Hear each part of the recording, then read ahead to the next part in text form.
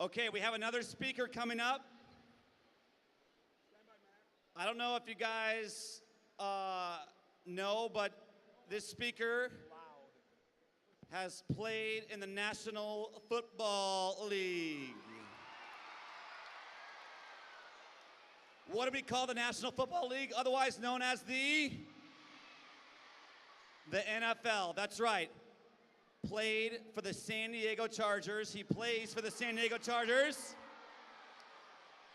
And one more thing, he went to the University of Iowa.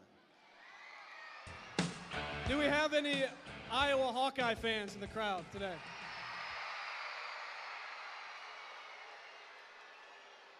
How about any Iowa State Cyclone fans? We gotta, yeah. No, we gotta give love to our fellow in-state schools. We all gotta stick together. How about the UNI Panthers? How about them in the tournament? They were awesome. They represented the state well at the basketball tournament there.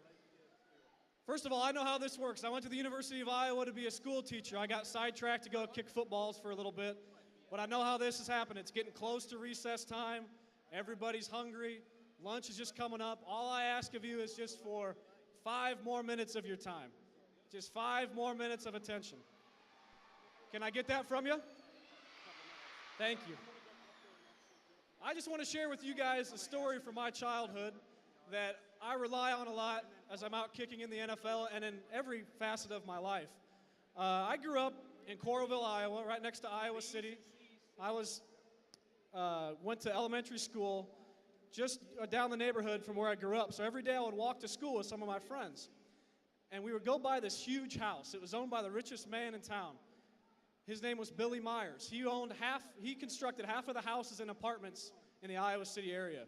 He had more money than anybody. We thought he was Donald Trump. He had a house that you might see on MTV Cribs, the biggest house you've ever seen.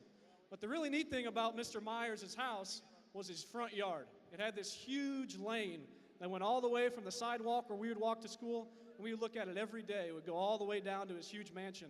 It was lined on both sides by these humongous, beautiful oak trees. In the spring, all these beautiful flowers would pop up like you see around here right now in Iowa. All the tulips, all the lilies, all the great flowers. And it was meticulously cared for. The yard was perfect, not a weed to be seen.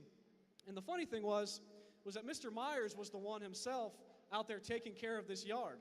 And me and my buddies would always comment, that's kind of weird. Here's this guy, probably a billionaire. He has all the money in the world.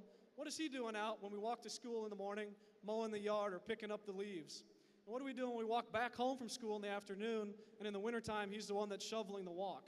Why is Mr. Myers doing that? Shouldn't he have somebody else do that? So finally, after a couple of years of us running by and just kind of thinking to ourselves, what's Mr. Myers doing, and talking with me and my buddies, finally we grabbed the courage to approach Mr. Myers as he was mowing his lawn one morning.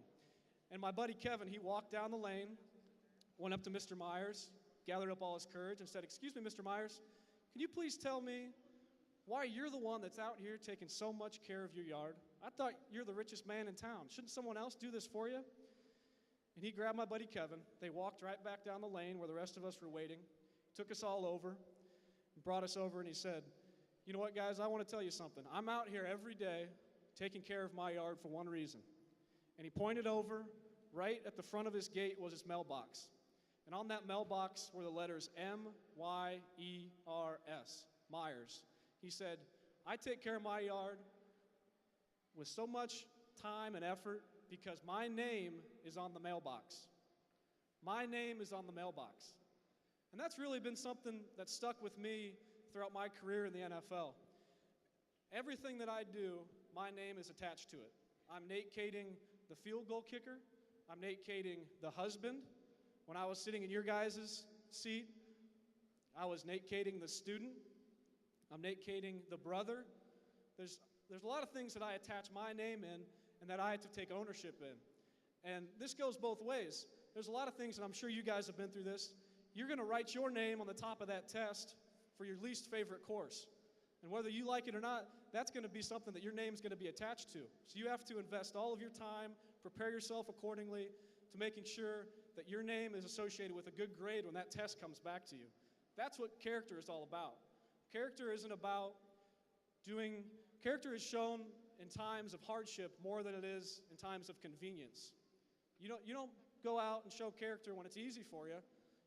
When you go through the line and your team has won a game and it's 10-0 and you're shaking the hands of everybody else that walks through the line, it's easy to keep your head up and look the other person in the eye and say, good work, good work.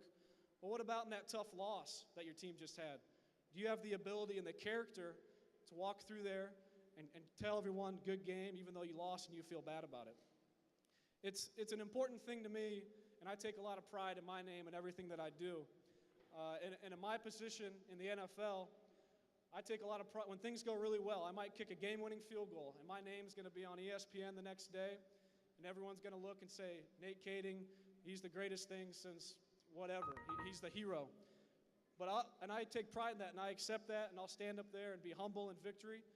But there's also the flip side, right? There's going to be times when I'm going to go out in games, and I'm going to make mistakes. I'm going to miss field goals, and some of those field goals might lead to our team losing the game.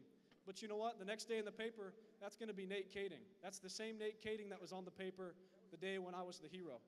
And I take great pride into being accountable and taking responsibility for all of my actions in every facet of my life. And that's my message for you guys today, is that when you go out there today, I just want you to guys understand that you are who you are, and you have to show character in every possible way that you can. You have to be a great student. You have to look out for one another, and you have to be a person of high character when it's tough, when it's hard, when some of your friends are picking on a kid, he's getting bullied.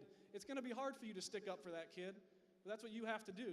Being a person of tough and great character takes that sort of commitment, and you have to be responsible when it gets hard. That's my message. I really appreciate you guys. I've been incredibly impressed with how well you guys paid attention throughout the whole hour and a half. It's great to be back in Iowa. Good luck and have a great summer. Thank you.